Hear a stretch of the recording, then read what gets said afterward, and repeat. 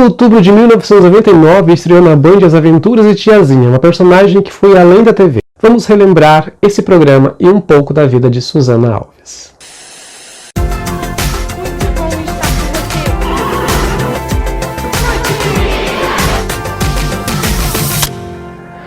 Olá, bem-vindo à LTV, eu sou Léo Cordeiro. A década de 1990 talvez tenha sido mais louca do que a de 1980. Enquanto na década de 80 imperava o rock and roll, na década de 90 tivemos música eletrônica, funk melody, pagode, axé, e aquele gênero incatalogável do El Chan. Os programas de TV apresentavam jogos entre artistas, abusavam da sensualidade e de repente apresentavam um padre ou uma freira cantando. Foi nesse turbilhão de coisas que surgiu a personagem Tiazinha no programa H, apresentado por Luciano Huck na Band. Como a MTV vivia o seu auge no Brasil, as emissoras abertas também investiam no público adolescente. O SBT tinha o programa Livre com Serginho Groisman e a Band tinha o programa H. Serginho comandou algumas baixarias homéricas. Isso é muito inconveniente, você pode ver com os olhos e lamber com a testa. E o Luciano, ainda mais apelativo, colocou no palco uma moça mascarada só de lingerie e com um chicote para depilar os rapazes que erravam as respostas de um quiz. Ela ficou tão famosa que ganhou um programa próprio. Mas quem era a moça por baixo da máscara? Era Susana Ferreira Alves, nascida em São Paulo no dia 3 de agosto de 1978, e ela não apareceu do anonimato para a fama, assim de repente. Susana começou a trabalhar cedo como modelo infantil. Então, na verdade eu comecei com 4 anos, 3. E em 1987, aos 9 anos, ela já trabalhava como assistente de palco do Sérgio Malandro no programa Hora do Capeta no SBT. Além de ser assistente de palco, que abria a porta dos Desesperados, não sei se vocês conheciam, mas muito famoso, claro, né? Claro. Então, tinha alguns sketchzinhos que a gente fazia como atriz, tipo Chaves, assim. Onde ficou até o fim do infantil em 1990, quando o apresentador foi para a Globo. Depois disso, Susana fez teste para integrar o grupo das assistentes de palco da Mariane. Ela não entrou. Aqui nós temos a minha bambina, a Susana e a Zuzu que tá aqui, né, Julie? Julie, ai que bonitinha, pois é. Estão fazendo teste para mais nova bambina da Mariane. Boa sorte! Quando eles descobriram que eu não tinha carro, minha mãe e meu pai não tinham carro e não tinham telefone, em casa não tinha um telefone, eu perdi a minha oportunidade. Mas permaneceu na TV e desde 1993 até 1996 atuou no programa Casa da Angélica, interpretando vários personagens nos quadros do infantil, como em Angélica e na novelinha Tempestade de Lágrimas. Fiz teste, na verdade, para ser Angeliquete, fiz teste para ser Borboleta da Mara. Ou seja, ela não era uma Angeliquete, ela atuava nas esquetes do programa. E na época ela fez diversos trabalhos publicitários, inclusive foi a escolhida dentre 900 meninas para estrelar o comercial da Batata Chips Ruffles, que foi gravado nos Estados Unidos. Com o Luciano Huck, ela começou em 1998 e desde então a sua fama ascendeu meteoricamente, mas tudo aconteceu meio que na casualidade. Em 1997, quando foi acompanhar uma amiga que era bailarina no programa H, o diretor Cristiano Mendes a convidou para estrelar uma personagem que ele tinha idealizado para o programa, inspirado na Mulher Gato. E assim, em fevereiro de 1998, eis que entra no palco do H a Tiazinha. Seu papel era dar chicotadas ou depilar parte do corpo do participante de um quiz do programa. Em cada resposta errada, o rapaz que estava lá jogando, se ele acertasse, ela executava uma performance sensual, mas se errasse, ela arrancava um pedaço de pelo do corpo dele. Apesar da máscara cobrir uma pequena parte de seu rosto, a sua identidade foi preservada por vários meses e ela se tornou um fenômeno. A emissora recebia uma média de 50 cartas diárias direcionadas à Tiazinha, mais do que o Cláudio Henrich recebia na TV Globo, que era o recordista. Então ela bateu o recorde do Cláudio. Ela teve diversos produtos licenciados e ganhou um álbum musical que vendeu 250 mil cópias e foi elogiado até por Caetano Veloso. A verdade é que o CD surpreende mesmo, porque Susana canta super bem, e ela contou com a participação de vários nomes que estavam em alta na época, como o Vini e o Grupo El Chan. A Tiazinha virou presença constante nos programas de TV, inclusive de outras emissoras, e sempre usando a máscara da personagem. Aliás, ela estava sempre mascarada, inclusive nas festas, nos eventos em geral, que ela participava. A máscara só caiu, ou melhor, foi retirada na edição 284 da revista Playboy, que foi para as bancas em março de 1999 e bateu o recorde de venda, passando de 1.020.000 cópias. Tudo ia muito bem com a personagem, com o programa, e até que a companhia da feiticeira, a outra personagem que passou a disputar a atenção do público em dezembro, também ia bem, na verdade, né? Foi em 98 que ela entrou. Mas Suzana ficou sabendo da saída do Luciano Huck da Band. Ele tinha sido convidado para estrear um programa na Globo, no ano de 2000, né, que ele foi para lá. E a Globo resolveu, na verdade, quebrar as pernas da emissora, né, porque ela contratou o Luciano Huck da Band, que fazia maior sucesso lá, o Serginho Groisman também do SBT, o Jô Soares, que tinha maior sucesso também lá no SBT, Ana Maria Braga já estava na Globo, já tinha saído da Record.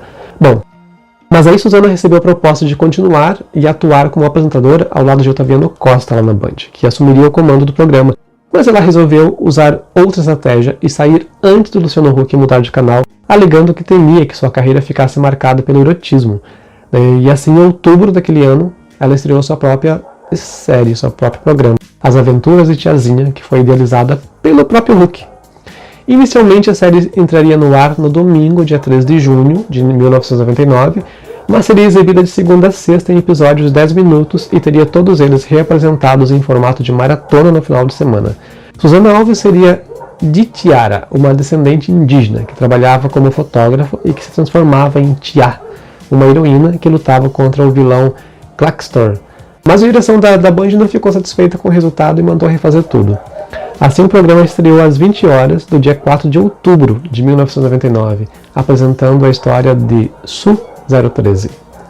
Para quem esperava ver a tiazinha do programa H, teve uma decepção, porque houve uma grande mudança na personagem, na personalidade dela, que deixou de ser a dominadora sensual para incorporar uma super-heroína que combatia o crime e tinha o corpo todo coberto. A única parte exposta era na altura do peito uma fenda no uniforme em forma de T, ou seja, era outra personagem.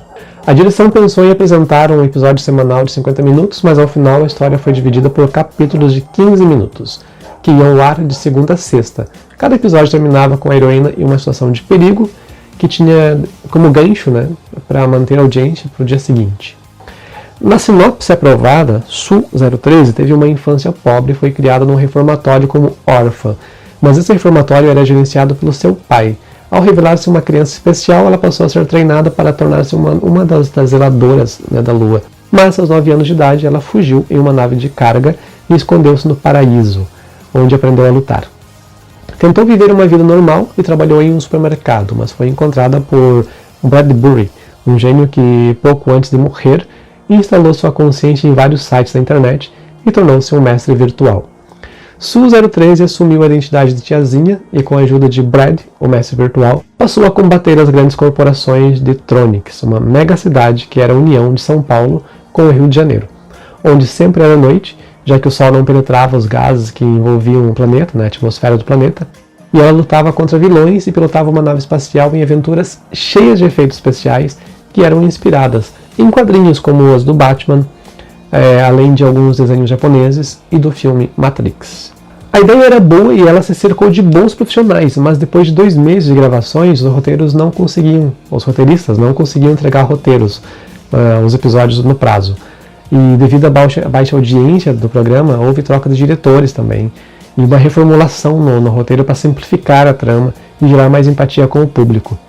Além disso, apesar do formato ter sido uma escolha da própria Suzana, ela não se sentiu muito à vontade na personagem, não rendeu tudo o que ela esperava. Ela queria provar algo dentro do meio artístico, na atuação, né, que era meio que a praia dela, mas ela disse que não se sentia muito à vontade com a personagem. O Luiz Paulo Simonetti passou a direção para Del Rangel, que trocou a equipe de roteiristas, a trilha sonora e o figurino também de Suzana, que passou a ser mais ousado. Além disso, o programa foi rebatizado de As Novas Aventuras de Tiazinha e deveria ser desenvolvido em ritmo de novela, onde os acontecimentos em uma semana geravam consequências nas semanas seguintes. As aventuras deixaram de acontecer no futuro e passaram para o presente, com menos efeitos especiais, com mais sensualidade, humor e com a personagem mais humana, a fim de gerar mais empatia com o público, mas preservando os poderes especiais da protagonista, que se transformava em tiazinha. O traje da heroína passou a mostrar mais o corpo da atriz, aproximando-se do que ela costumava usar no programa H, ou seja, incitando o fetiche que Susana despertou nos jovens, assim que passou a se apresentar mascarada, inclusive usando a depilação como forma de tortura aos vilões. Mas, apesar dessa reformulação ter dado uma melhorada na audiência, não foi suficiente, porque também não fez muita diferença, na verdade. Foi de 2 pontos no Ibope, em São Paulo, para 2,5 pontos. E aí saiu do ar, em maio de 2000.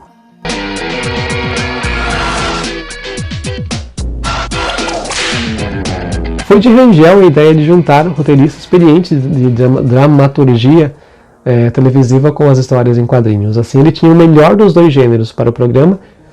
Aliás, os roteiristas responsáveis pelo formato gibi da série, que foi algo bem inovador na época, eram os mesmos que produziam para a Marvel e DC Comics, ou seja, os caras eram feras.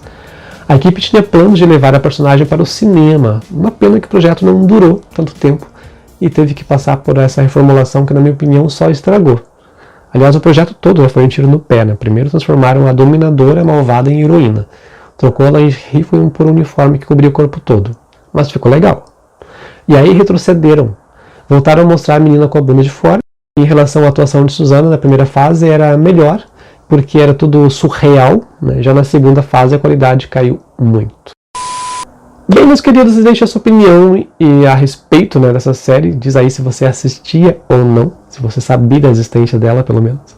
Da minha parte é isso, eu fico por aqui. Nos vemos no próximo vídeo. Até lá, um grande beijo. Tchau.